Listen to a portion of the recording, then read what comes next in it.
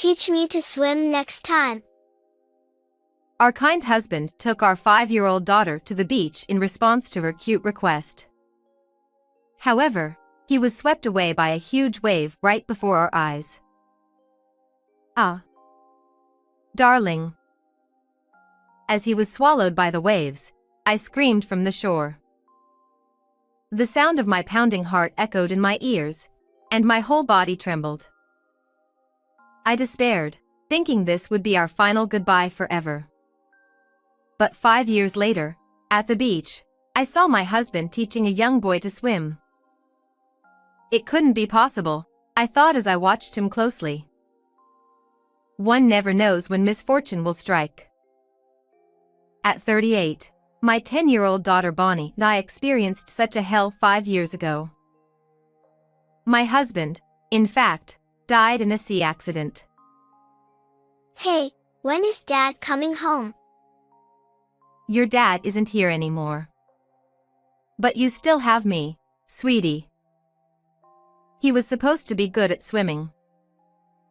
It was he who invited the family to the beach that day. Christina, how about we all go to the beach during the next holiday? Our daughter was thrilled at the suggestion. We thought it would be a fun family outing, but after he was swept away by the waves, a large-scale search was conducted, but he was never found. The police determined it was a drowning accident.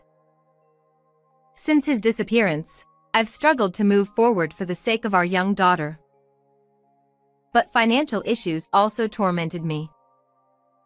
We couldn't declare him legally dead until 7 years had passed, so we couldn't claim the insurance money, and our lives were impoverished. On top of that, I discovered he had borrowed $300,000 from a loan shark. He had asked me to co-sign for a $30,000 loan to cover his restaurant's running costs, and I had signed without knowing the actual amount. Thus, legally, I had to repay the loan. I should have been more careful, but trusting him completely was my fault too. But I'm sure Carmen intended to work hard to repay it. I resolved to repay the debt by working myself. Determined, I sold everything in the restaurant he managed: buildings, land, cooking equipment, but even then, $30,000 of debt remained. For a single mother, this was a huge amount. To repay it, I worked as a supermarket employee during the day and at a convenience store at night.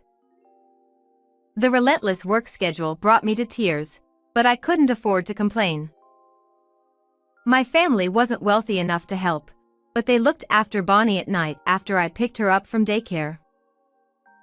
We only spent a few hours together in the evenings. Bonnie, behave until Mommy comes to get you, okay? No. I want to be with you, Mommy. I'm sorry. It broke my heart to hear my 5-year-old's pleas, but I had no other option. Even the educational insurance I took out when she was born had to be cancelled to cover living expenses. Working from morning till night and making my daughter lonely was hard, but as she grew older, she began to understand our situation in her way. Bonnie started helping with household chores to lighten my burden. Mommy, I made an omelet. Try it. Thank you. I will. Wow, it's the best omelet I've ever had. Despite being in 3rd grade, her consideration made me incredibly happy. The sweet and salty taste of that omelet, eaten with tears streaming down my face, is unforgettable. 5 years passed, and finally, I repaid the debt.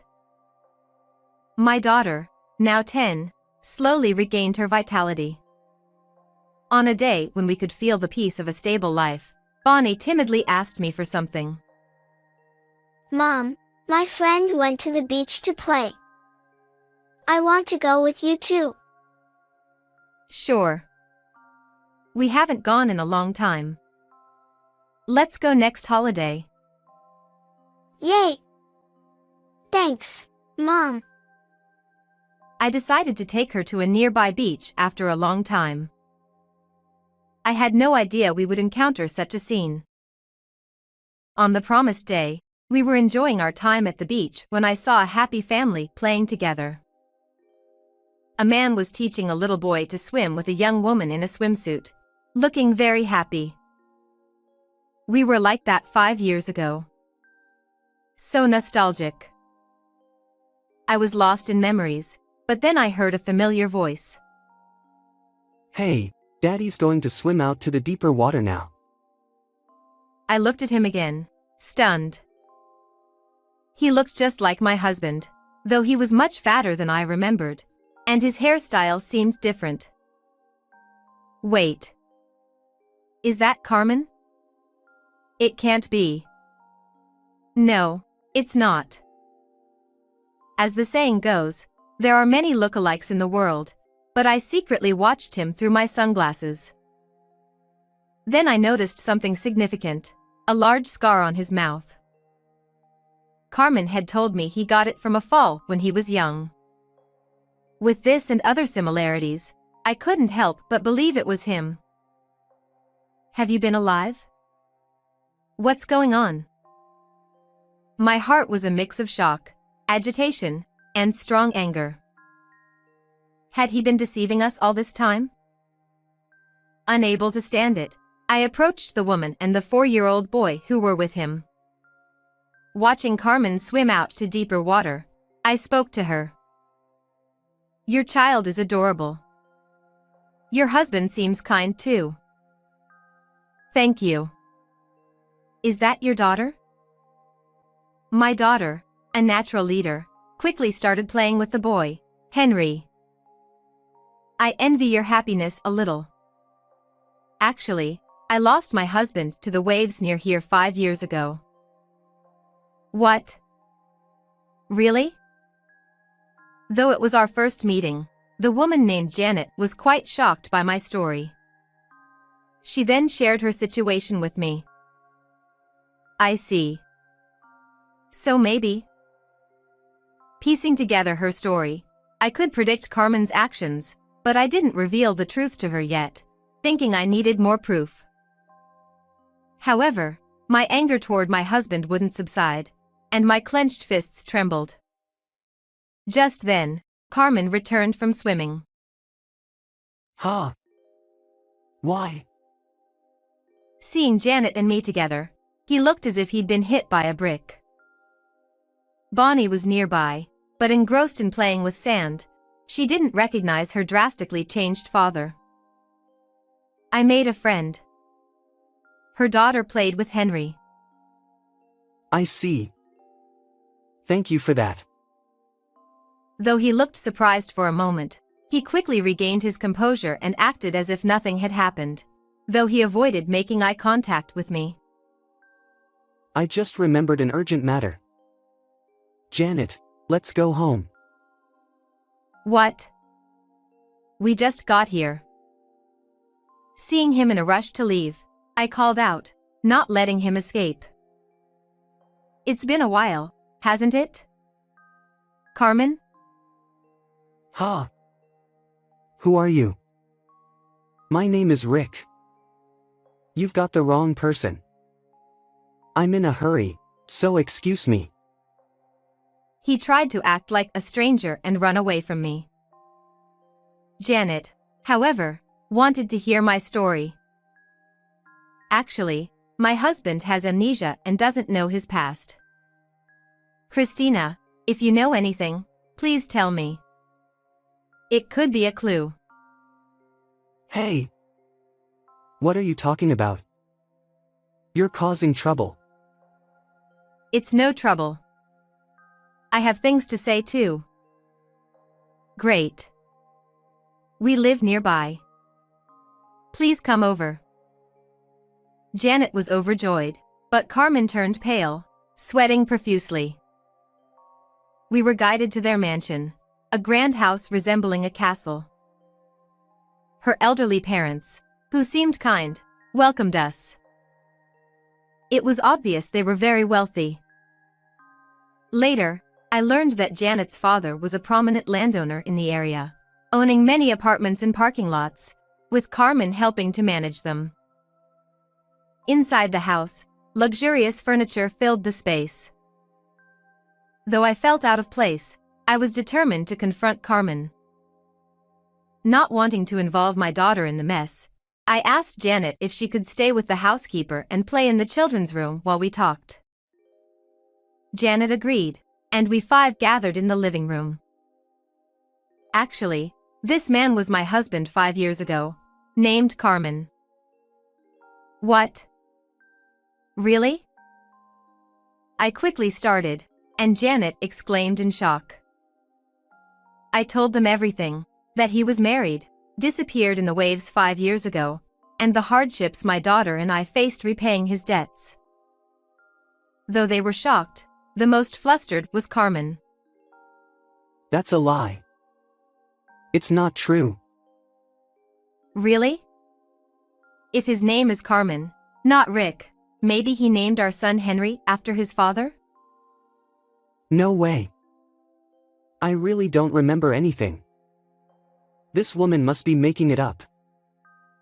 As he continued to feign ignorance, I decided to show Janet and her parents the photos stored on my phone. There were numerous pictures from our wedding and of us living together as a family after our beloved daughter was born. That's not me. Look closely. The body type is completely different, isn't it? It's someone else. However, No, he may be heavier now, but he looks exactly like he did 5 years ago. and look at the scar near his mouth. It's definitely you. Hearing this, Carmen got flustered and began speaking rapidly. No, it's not me. The scar on the mouth is just a coincidence. Besides, Bonnie didn't recognize me as her father, did she? The room fell silent at his words. He smirked, thinking he had one, unaware that he had just dug his own grave. I never mentioned our daughter's name. If you had amnesia, how did you know her name is Bonnie? That's right. I never told you either. Guessing it is strange. Janet's parents chimed in. Let's do a DNA test to settle this. Realizing he could no longer make excuses, Carmen started trembling and collapsed to his knees. So, you've been deceiving us too. We thought it was a miracle you came to us, but it wasn't, was it? Having heard Janet's story at the beach, I had some idea, but this confirmed everything. According to her, she met my husband when she was in trouble. She had gotten lost in a bar district after a friend's wedding reception. At that time, a group of strange men approached her, and she couldn't escape.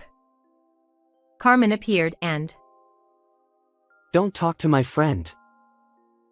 he ran with her to a crowded station.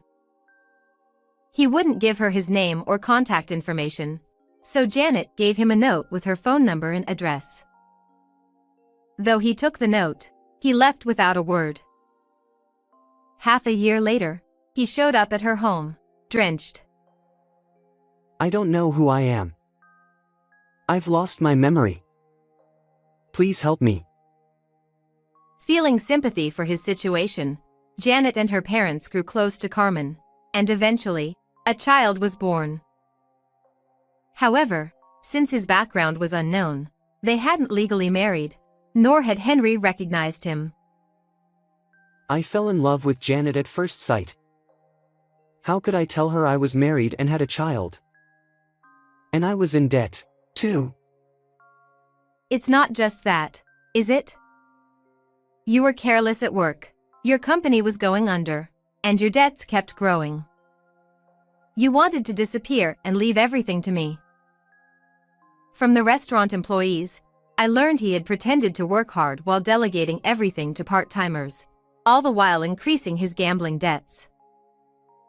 It wasn't like that. I was simply drawn to her. Oh really? You knew Janet was wealthy and saw a chance for a luxurious life, didn't you? You faked amnesia to get into her home. Cornered.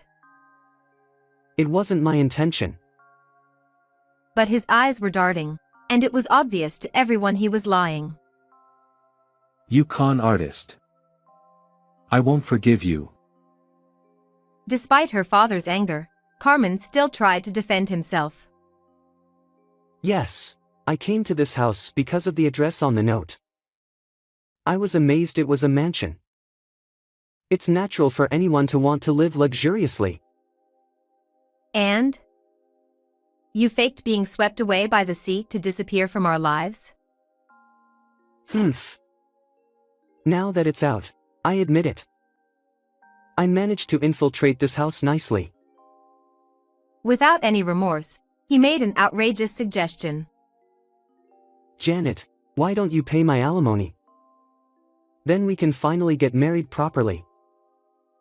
Enraged by his selfishness, Janet's face turned red, her eyes wide with fury as she glared at him.